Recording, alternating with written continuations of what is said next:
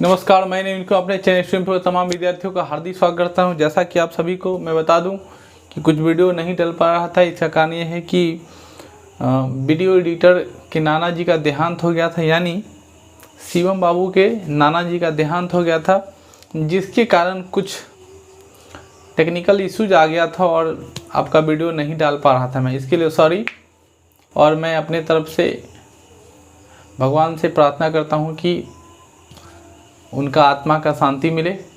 खैर, बिना समय गए आज हम लोग आपके सामने प्रस्तुत हुए हैं कुछ नए क्वेश्चन को लेकर के, जिसका इस प्रकार आपके सामने है क्वेश्चन, और बिना समय गवाए हुए क्वेश्चन को करते हैं। सबसे पहला सवाल जो आपके सामने है, रक्तचाप की माप किस उपकरण से की जाती है? ब्लड प्रेशर, रक्तचाप को जब हम लोग मेजर करते हैं उसका नाम है सिफगमैनोमीटर। सिफगमैनोमीटर द्वारा हम लोग रक्तचाप करते हैं, ब्लड प्रेशर को काउंट करते हैं, जिसमें यह पता करते हैं कि हमारा 120/80 mm पर जी से ज़्यादा है या कम है। कम है तो ब्लड प्रेशर कम होगा, ज़्यादा होगा तो ब्लड प्रेशर ज़्यादा होगा। लाल रक्त कोशिकाओं का निर्माण शरीर में कहाँ होता है? लाल रक्त कोशिकाओं का निर्माण शरीर में फेफड़ा में होता है। लाल रक्त कोशिकाएं शरीर में कहाँ होता है? फेफड़ा में। ये मैं आपको बता दूं, फेफड़ा के अलावा अस्थि मज्जा, जहाँ पे ज्वाइंट पेन होता है, जहाँ पे बोन का मैरो होता है, अस्थि मज्जा जिसको कह सकते हैं, और वहाँ पर भी निर्माण लाल रक्त कोशिकाओं का होता है। अगला सवाल है, मनुष्य का हृदय आराम अवस्था में कितनी बार धड़कता है? जब आप रेस्ट कंडीशन में होते हो, नॉर्मल कंडीशन में होते हैं तो आपको 72 बार हार्ट बीट करता है, हृदय 72 बार धड़कता है। आप इससे ज़्यादा भी बढ़ता है तो ज़्यादा, लगभग हमको लगता है कि 150 के आसपास, 80, 90, 100 इतना जाता है तो ये सारे नॉर्मल हो जाते हैं, क्योंकि आदमी इसका दौड़ने के बाद मिनिमम 120 तक चला जाता है। तो दौड़ने की अवस्था और आराम की अवस्था में ही अंतर है। अगला सवाल है, रक्त प्लाज्मा में किसकी मात्रा सबसे अधिक होती है?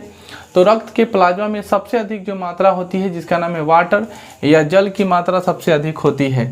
CO2 और ऑक्सीजन रहित, CO2 मतलब कार्बन डाइऑक्साइड वाला गैस, और CO2 रहित मतलब CO2 वाला, और ऑक्सीजन ना रहे तो वैसे गैस को अशुद्ध रक्त कहते हैं। वैसे रक्त को, ऐसे ब्लड को, ऐसा रक्त जिसमें ऑक्सीजन ना रहे और कार्बन डाइऑक्साइड की मात्रा बढ़ जाता है उसे अशुद्ध रक्त कहते हैं, और ऐसा रक्त जिसमें ऑक्सीजन रहे और कार्बन डाइऑक्साइड ना रहे उसे शुद्ध रक्त कहते हैं। तो अभी इसका आंसर अशुद्ध रक्त होगा।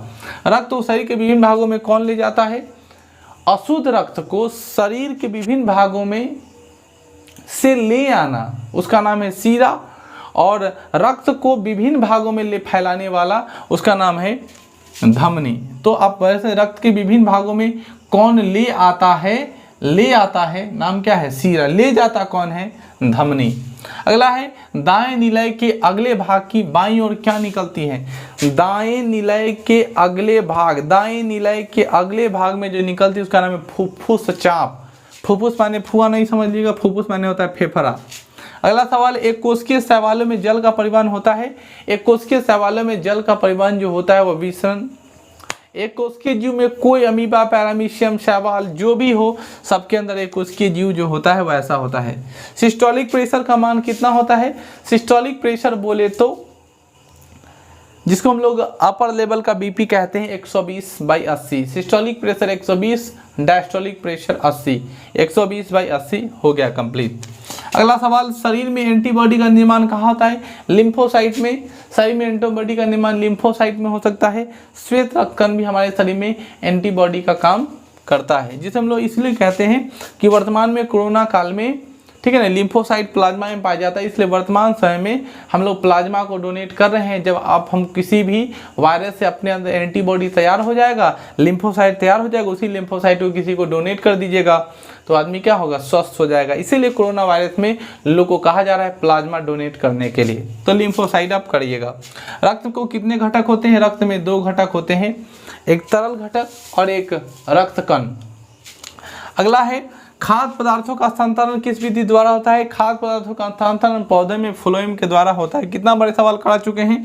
फुफ्फुस चाप में निकलने वाले स्थान पर कितना अर्धचंद्राकार वाल्व होती है? तो फुफ्फुस चाप में अर्धचंद्राकार वाल्व जो होता है वह 3 होता है।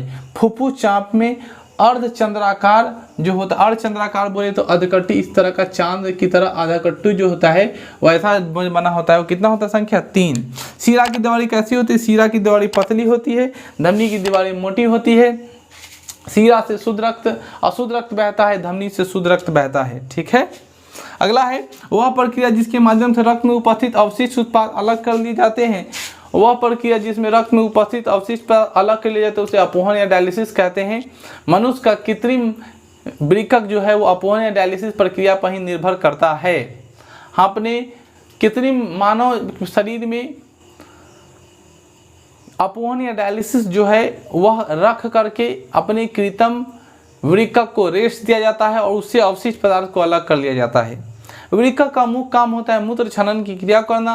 जब मूत्र की बात करते हैं, पेशाब की बात करते हैं, तो मनुष्य के शरीर पेशाब में 96% जल होता है, 2% यूरिया और 2% यूरिकम। उम्मीद करते हैं आपको मेरा वीडियो अच्छा लगा। अगर वीडियो अच्छा लगा हो, मेरे चैनल पर नए हो तो सब्सक्राइब करना मत भूलिए, वीडियो को शेयर जरूर कीजिए। और हाँ, एक बात, बेल आइकन जरूर दबा लीजिएगा क्योंकि मेरे नए वीडियो जब भी अपलोड हो तो आपको मिले। तब तक के लिए थैंक यू। जय हिंद, जय भारत, जय सेनपुर।